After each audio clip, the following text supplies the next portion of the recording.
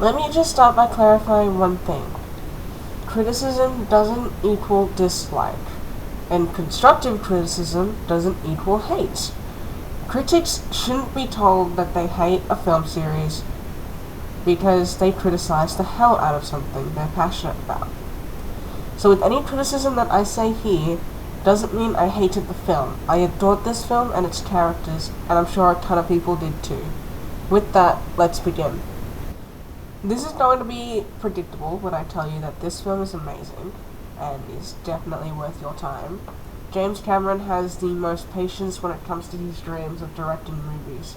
I'm sure not half of Hollywood would even wait a year for the technology to make their films. Cameron waited 13 years, not to mention he originally waited 15 years to make the first one.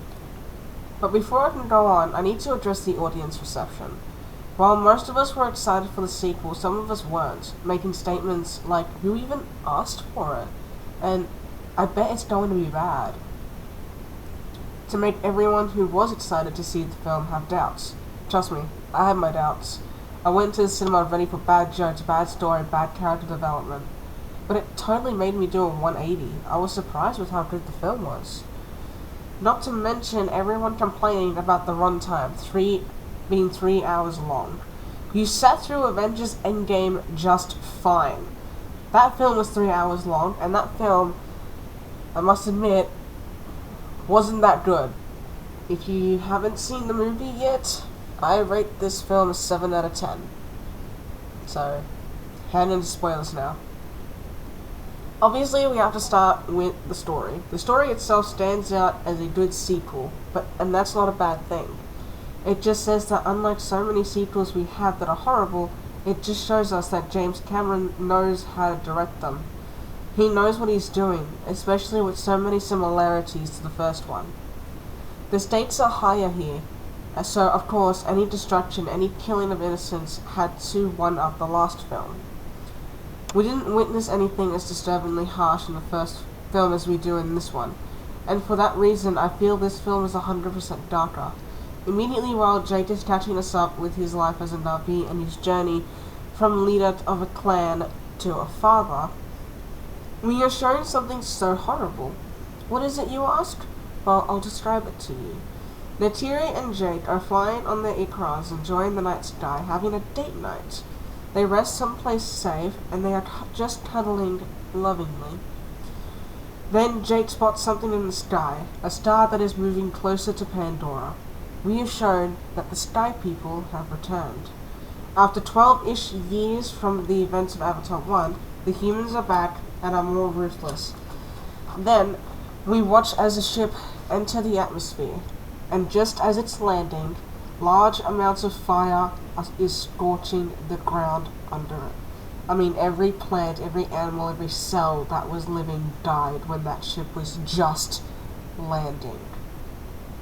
And once it did land, the ground beneath it was bare, boiling hot, covered in ashes and flames, and the humans in their mech suits walking out.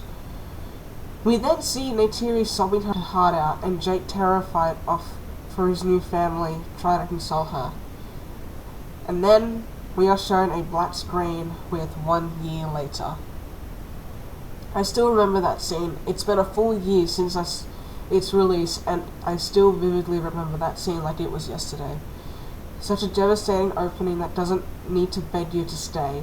It said what it needed to, and you're already attached to it, wanting to know what happened a year later. To get to the point, this film started with drawing you in, and then left with you wanting more. The story is once again simple, but effective. We get so much time with the kids, exploring who the kids are on a character level. Jake and Neytiri aren't shown as much to give the kids a spotlight.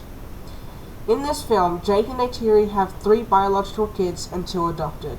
2 adopted being Kiri, who is the daughter of Grace's avatar, and Spider, who was orphaned at the battle at the end of the last film. His father is none other than Quaritch, and his mother is unknown, I think. She died at the battle. So as a kid, he grew up with Jake's kids, including Kiri. Jake's biological kids being Natayam, Loak, and Tuck. Natam and Spider being the oldest at 15, Loak and Kiri being the middle children at 14, and Tuck being the youngest at 8. Despite Natiri's efforts, she despised having Spider in the family. Jake called him a stray cat that visited every once in a while and eventually stayed. This shows us that Jake was accepting of Spider, but after what the humans did to Natiri's home, her father, and her sister's betrothed, she didn't like him one bit. Quaritch has been resurrected from the dead. Except he didn't. The Miles Quaritch we see walking and breathing is a clone that was permanently implemented inside a Na'vi avatar. Also, his entire crew gets the same treatment, which leads to my favorite joke in this entire film. Why so blue? Jake is tired of constantly fighting the RDA, aka military humans, and wants to move his family away from the Ometikaya clan. Neytiri upsettingly agrees, and they leave as soon as possible. Since Quaritch is only after Jake and Neytiri, they won't attack their clan anymore. They'll attack the other clans they decide to join instead. So they leave to find the ocean clan called the Metkaina clan, and ask for refuge. Then Quaritch and his team tracks down Jake due to a really dumb idea that he made, and in between killing whales and kidnapping his kids, Jake and Quaritch battle it to the death, with Jake thinking he won until Spider saves his dad. Now, there's always things people don't like in films, and honestly, Spider is the most hated character in this film. People call him White Tarzan, which, yes, Tarzan is white, but in the context of this film, he's the white version. He literally does nothing in this film but taunts Quaritch on his horrible Na'vi and tells him that Jake did everything the hard way to give Quaritch a god complex and having to one-up Jake.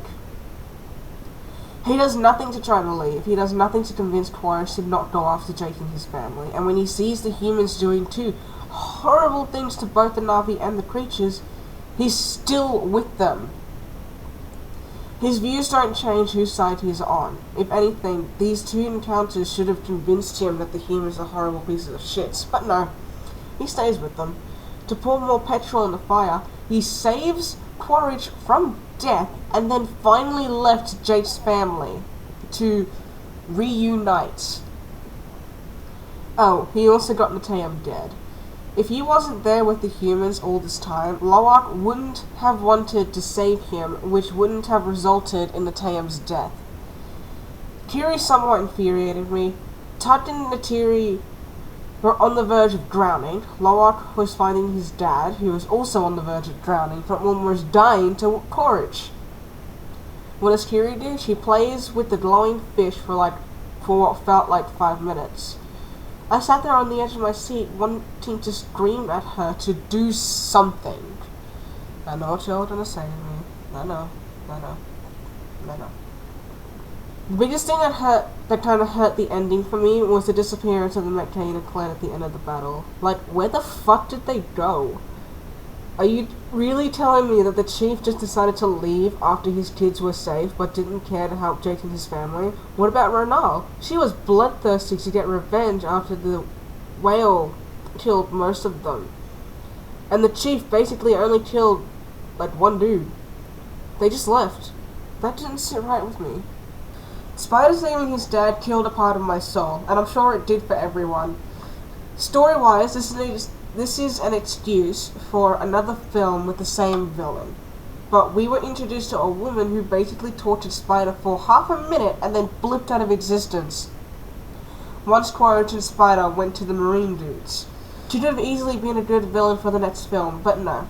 We get the same villain who might have a change of heart and join Jake as a Na'vi in his clan, or become a sacrifice because he realized he did the bad thing too little too late.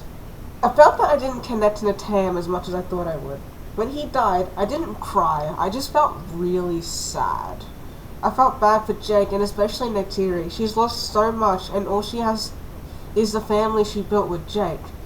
I was hoping we saw more of him instead of Loak, but I guess the middle child always gets noticed in a bad way that makes the oldest responsible. I thought the kids were realistic. The bro and cuz every second is literally how kids talk. It's how I was with my friends and still do as an adult. I say mate every second. Point being, people who complained that the kids said bro or cuz every second forgot how they were as kids. Even if they didn't say bro or cuz, they said some sort of nickname amongst each other. Jake being an understanding father, he's tough because his job as a chief was to protect his people and his family. There are moments where it feels like he doesn't care about his kids, but in the first scene when we see Jake in the battlefield, he was surrounded by dead Na'vi and found Lot lying on the ground, wounded, and thought Neteyam died. He showed no emotions here, but later with Neytiri away from the kids, he showed vulnerability. He started tearing up when he thought that his eldest son had died. And again, when Neteyam did die, when Loak went to rescue him, he thought it was Neteyam, not Loak, showing us that he couldn't believe that he had died after checking his wound, seeing that if it was fatal, and seeing him die. He began to tear up when he saw Neteyam again in the sultry. He cared so much for his firstborn, and that loss took a lot out of both Neytiri and Jake.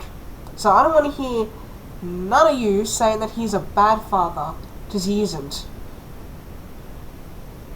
There were so many sad scenes. After being showed the Tulkuns and their relationship with the Na'vi, I felt so happy. I love the ocean. Despite being terrified of it, I adore all sea creatures. And seeing how the Na'vi connected and communicated with them brought me happiness. I loved seeing Renal's spirit sister and her baby. I felt so enthralled in this world. Then came the most depressing scene in this film. I cried so much in grief. I never thought I would grieve for an alien whale. But here we are. I couldn't watch. The minute I heard explosive, I knew she was gone, and her baby. I could not stop crying, and I felt worse when Renal grieved. I put this in the good category because not many films nowadays make you grieve. Yeah, you feel sad, but none that make you feel like you lost someone important in your life, and I felt that. James Cameron is amazing when connecting to the audience, and I felt that on a spiritual level. The visuals are top tier. It makes your brain go wonky and you end up having to do a double take when you leave, because this film, despite being mostly CGI, is incredibly realistic. Hats off to the amazing team behind the concept art, costuming, and CGI. You guys are incredible. If you're this far into the video, thank you. Thank you for listening to me rant on about something I am passionate about. People these days get called critics and haters for pointing out the flaws in something. So I thank you for listening and not immediately calling me a hater. We have people complaining that we explore too much of Pandora, but that's the point of these films. Part of the point James Cameron wants us to recognize is that Pandora mimics our Earth. When we describe the Tulkun, we say whale, even though they aren't called whales in the film. We discuss what the skimwing looks like. It looks like a massive flying fish mixed with a barracuda. We describe the Na'vi as cat-like people. James Cameron is trying to help us realize that we don't need another world to escape to. We just need to figure out how to do it in our own vast planet.